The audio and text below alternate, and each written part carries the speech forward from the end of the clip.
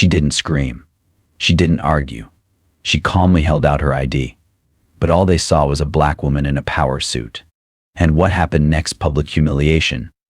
A head forcibly shaved, silence echoing through the courthouse halls would become the moment everything changed. They thought she'd break. But they forgot justice doesn't need to shout. It just needs one person who refuses to back down. Tell us where you're watching from. We'd love to know who's walking this journey with us.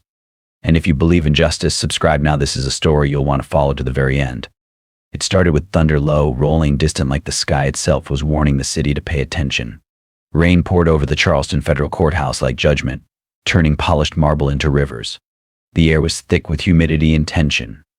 A woman in her 50s stood at the edge of the courthouse steps, her umbrella already soaked, her heels planted like roots. She wasn't late, she wasn't early. She was right on time. Her name was Dr. Nadine Carter, and she wasn't there to make noise, not yet. She was there to do her job. Federal judge. 23 years of spotless service. But none of that mattered right now. What mattered was the security checkpoint ahead, the same checkpoint every citizen passes through, some with a nod, others with suspicion. Nadine's badge stayed in her hand, rain dripping from its gold edges as she stepped forward. The guard, tall, wide, and unimpressed, didn't glance at her ID. He saw a black woman in a power suit and decided that was the threat. Step aside, he growled. Not a question. Nadine blinked once quietly, then calmly said, "Is there a problem, officer?" His only reply was silence and a crooked smirk. That was the moment, the shift. The before and what came after would split this city in half. Because you don't put hands on someone like her and walk away without the sky answering for it. If you've ever walked into a room and felt yourself shrink because of how you look, how you speak, how you stand, you already know this story. But stay. Because the part that comes next, you're not ready for it. Before the courtroom, before the robe, before the title, there was Nadine in a dorm room with busted radiators and textbooks stacked like fortresses, eating cold noodles out of styrofoam because tuition ate the grocery budget. There was Nadine as the only black woman in a constitutional law seminar, answering questions no one else dared raise. And before that, there was Nadine at 16, clutching a rejection letter from a prep academy that said her background didn't align with their values. Her mother told her that day, "They don't got to see your light for it to shine, baby." She never forgot that. It wasn't a mantra, it was armor. Nadine climbed through a system designed to filter people like her out. Every courtroom she entered, she earned twice. Every title behind her name came at the cost of being overlooked, interrupted, second-guessed. So no, she didn't scream when the officer shoved her into a side room. She didn't flinch when the clippers came out. She just remembered her mother's voice. She knew silence was their currency, and she refused to spend hers. If you've ever had to make yourself smaller just to get through the day, if you've ever held back your voice because speaking felt like a risk, this story isn't about just watching what happens. It's about knowing what to do next. The buzz of the clippers wasn't loud. It was personal. It filled the cold, windowless screening room like a swarm of wasps. The guard, his face blank, his hands too steady, gripped her shoulder as he muttered about protocol. No warrant, no suspicion.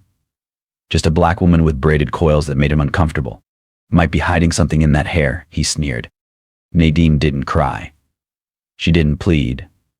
She locked eyes with the young female guard by the wall who watched in silent horror, frozen. A thick strand of silver-black hair dropped onto the tile. Another. Then another. Each one a story. Her son's graduation. The courtroom victories. The nights of prayers whispered while twisting her roots by lamplight. The humiliation wasn't in the act. It was in the audience. People watched. They said nothing. If you've ever been shamed in a room full of witnesses and not a single voice rose for you, you know what she felt in that moment. And if you ever wondered what you would do if it happened to you, here's the answer. Remember your name. Remember your power. Because silence may feel safe, but justice never grows from the things we don't say. The hallway was too quiet when they shoved her out. Her scalp still tingling, patches of bare skin exposed to the air like raw nerve endings. Nadine walked past two clerks who saw what had happened. They looked down. One gripped her coffee so tight it cracked but said nothing. What they didn't realize is that she had already memorized every badge number, every face, every glance. She had already made a mental ledger not out of vengeance, but out of preparation. The judge's bench she was about to step onto wasn't just wood and leather. It was a stage, and the lights were coming on. The guard who shaved her laughed as she left. Laughed. But fate doesn't laugh. Fate keeps receipts. And later, when the courtroom fell silent when she walked past him again, but this time in her robe, the look on his face said it all. She was the judge. She had the final word.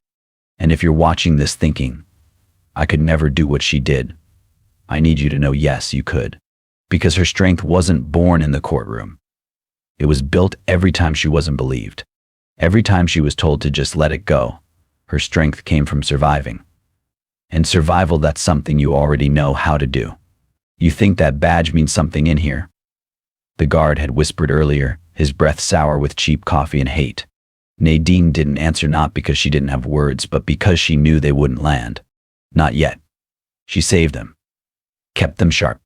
So when he was later called to stand before her in court, the dialogue flipped like a switchblade. State your name for the record, she said. Excuse me. He stammered, shrinking into the floor. You heard me, she replied.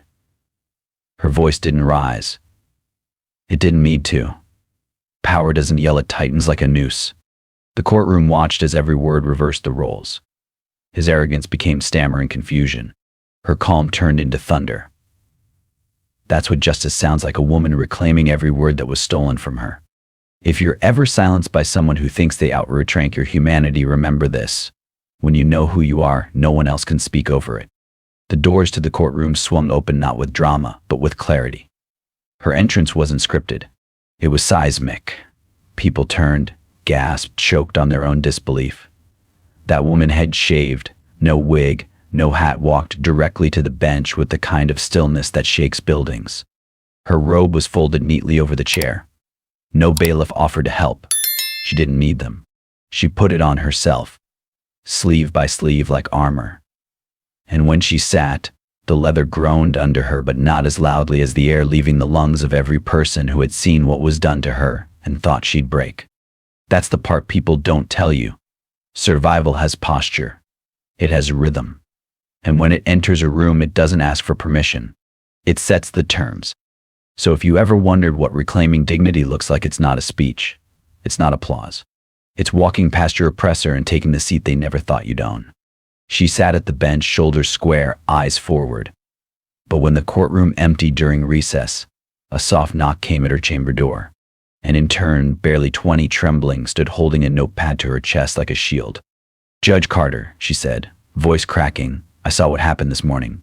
I didn't say anything. I was scared. Nadine didn't scold her, didn't turn away. She just said, thank you. That matters. And that's when the girl added, if you need me to testify, I will. That moment wasn't just support. It was legacy. It was courage waking up inside someone new. This wasn't just one woman's story anymore. It was a chain reaction. And if you're watching this thinking, I didn't speak up when I should have, don't waste time on guilt.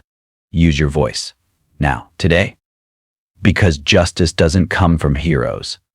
It comes from hands raised one at a time, from people who stop saying someone else will and start saying I will. She wished she had spoken up. 12 complaints, 12 missed chances to stop him. Not ignored by accident, but buried on purpose. At the bottom of each dismissed report, the signature of her former mentor, Judge Monroe, the same man who once believed in her. Now she saw the truth. This wasn't one bad officer. It was a system built to protect itself. So when she said, this ends today, it wasn't just about one man. It was about every leader, every official who stayed silent. She wasn't sentencing a person, she was putting the whole machine on trial. The pushback came fast. The defense lawyer tried to disqualify her, claiming bias after she'd been assaulted.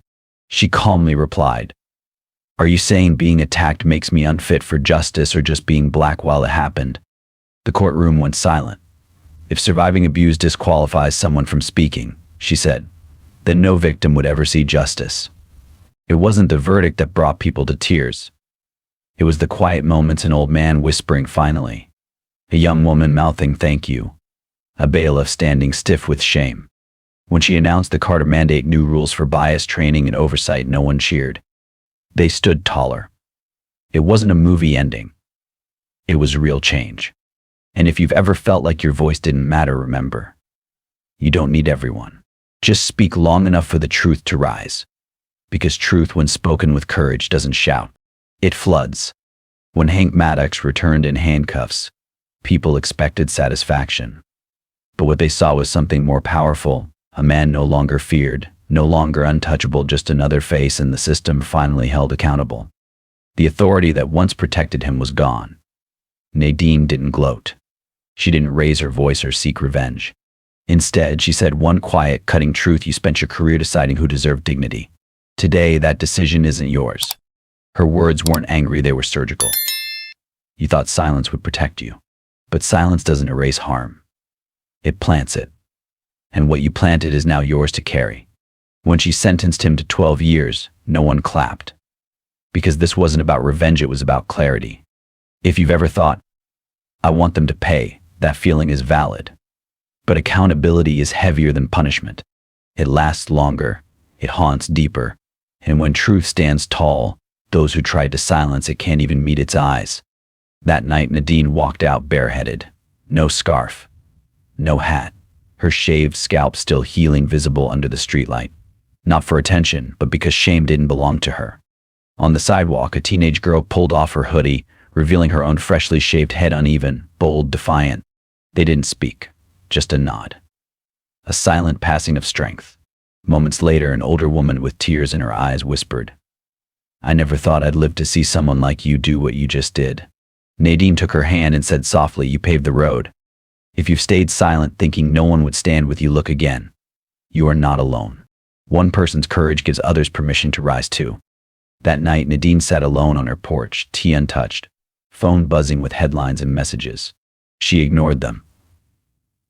This moment wasn't theirs, it was hers. Across the street, a porch light flickered. Wind chimes swayed in the distance. The world hadn't changed overnight, but something inside her had. She looked up at the sky, not to pray, not to escape, just to breathe. Because survival isn't always loud. Sometimes it's the quiet breath you finally release after years of holding it in. 1 week later. It had been 7 days, but the courthouse still felt different. Every morning since that stormy day, people arrived early, some for hearings, some out of curiosity, but many just to pass by. Courtroom 4 billion. The hallway outside the chamber had become an unlikely place of reflection. Flowers appeared on the bench outside her office door. Notepads with handwritten thank you notes, quiet expressions of solidarity, and drawings from students, all left by strangers who had watched what happened and now saw that space as sacred. Nadine never asked for any of it. She arrived early, as always, dressed with precision but never performative. Her head was still uncovered. The scars from the forced shaving had started to fade, but she hadn't hidden them. Each mark felt like truth. And truth didn't require concealing. She noticed them now, the stares. Not of pity, but of awe. Quiet reverence from clerks who used to nod and pass, and now stood a little taller in her presence. Lawyers who used to challenge her tone now matched it. Even the janitor who had swept the courtroom floors for years paused to place his hand over his heart one morning and whispered, "Thank you for showing us what strength looks like." Nadine didn't respond with grand speeches or smiles. She simply nodded. But the silence, the old silence that once followed her like a second shadow, was gone. In its place was something new, a presence. A space cleared not just by fear or authority, but by earned reverence. Downstairs in the training room for new clerks, her story had become part of orientation. Not mandated yet, but unofficially everyone knew. If you were going to serve this court, you needed to know what justice looked like when it stood, not when it was spoken. 1 month later. It was a Tuesday. The city had changed, not in its skyline, but in its rhythm. Conversation sounded different now, especially in rooms that once echoed only with power and not with pain. The Carter mandate had taken effect.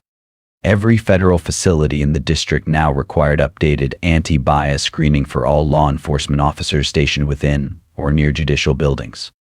An independent review board had been created. Anonymous reporting systems had gone live, and in the first week alone, over 200 reports came in. Many were minor. Some were terrifying. All were documented. But this wasn't about numbers for Nadine. It was about breath. She now held monthly roundtables in her chambers, not televised, not performative. Just her, a few chairs, and the people who had something to say.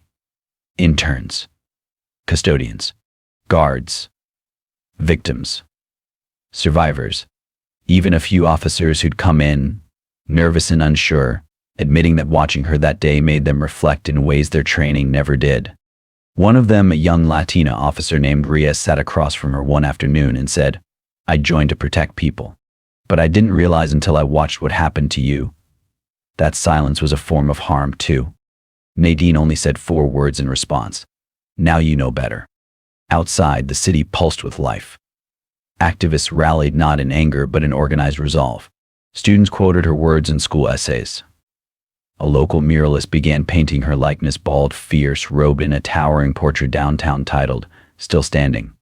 But Nadine didn't seek monuments. Her work wasn't finished. On the last Friday of the month, she returned to the same checkpoint where it all began. The new guard, a young black man named Nolan, stood up straight when he saw her. He offered a respectful nod and said, "Judge Carter, your presence honors this building." She paused, looked him in the eye. "No," she said softly. "It's this building that must now honor the people who walk through it." And with that, she passed the checkpoint, her head still uncovered, her robe folded over her arm, her pace steady. The thunder that once loomed over her rival was gone now. But its echo, it lived in every step she took. 1 year later, the Charleston Federal Courthouse still stood tall beneath the gray skies, a silent witness to history. But inside, everything had changed. A year had passed since that shocking incident, and the once cold walls, silent accomplices to injustice, now bore bold letters that read, "There is no place for prejudice in justice." The portraits of judges hanging on the walls were no longer just images of authority, they were symbols of resilience, of humanity standing firm through storms. Nadine Carter was no longer just a judge, she had become a living symbol. Over the past year, she had declined dozens of interviews and turned down national talk shows. Her reason was simple: "I'm not here to speak. I'm here to speak." And she did.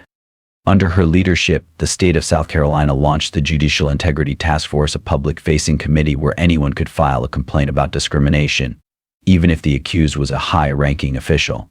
In the first year alone, nearly 300 reports were processed. None were ignored. None were buried. The young intern who had knocked on her chamber door that day was now preparing for the bar exam. Her hair was still cropped short with pride. And in her law classes, she told that story not just as a moment in time, but as part of her becoming. Beyond the courthouse walls, a local high school had recently changed its name to Nadine Carter Academy, a tribute not to power, but to the kind of courage that makes history. This story isn't just about one woman being humiliated in broad daylight. It's a question posed to every one of us. What will you do when you witness injustice? Have you ever seen someone treated unfairly and said nothing?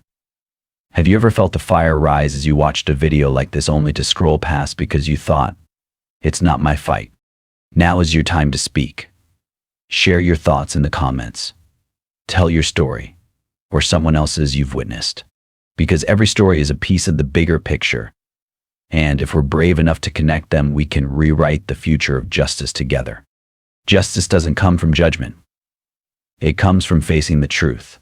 And change always begins with one person daring to say, "I won't stay silent anymore."